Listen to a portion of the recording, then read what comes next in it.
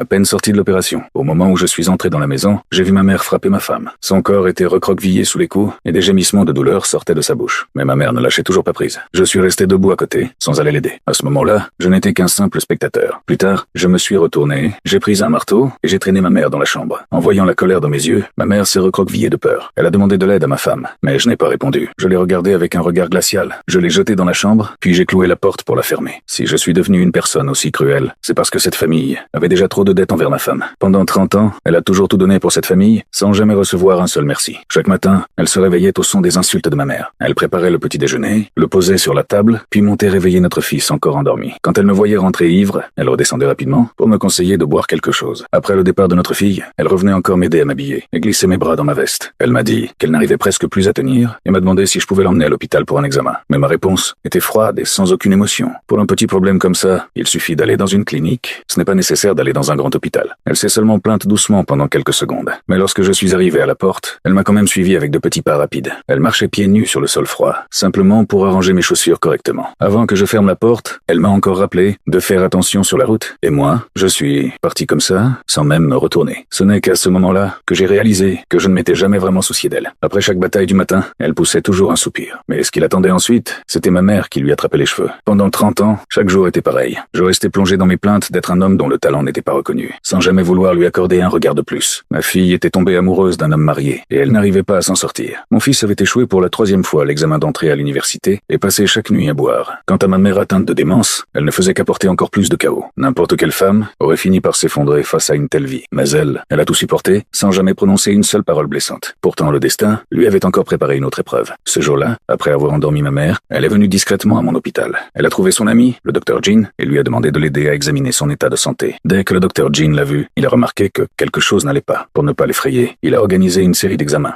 검사 받아요. 병원 식구들은 검사비 다 DC되니까. Après les examens, elle s'est assise devant ma salle de consultation en attendant de rentrer avec moi. En écoutant les malaises dont elle me parlait, mon regard est resté froid. Mais au moment où l'appel s'est terminé, tout a changé. 지금 병원 좀 나오세요.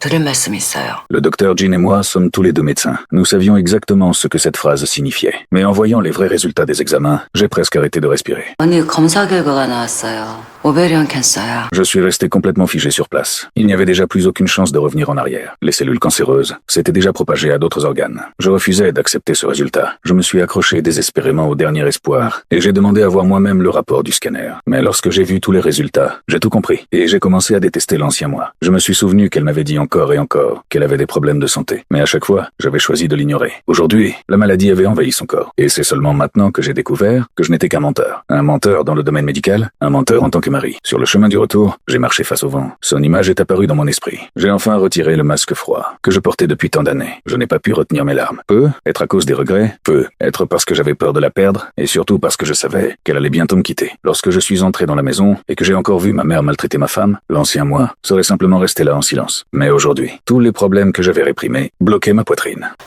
왜 이 여자를 못 잡아먹어서 평생 그래요? 평생을. 예?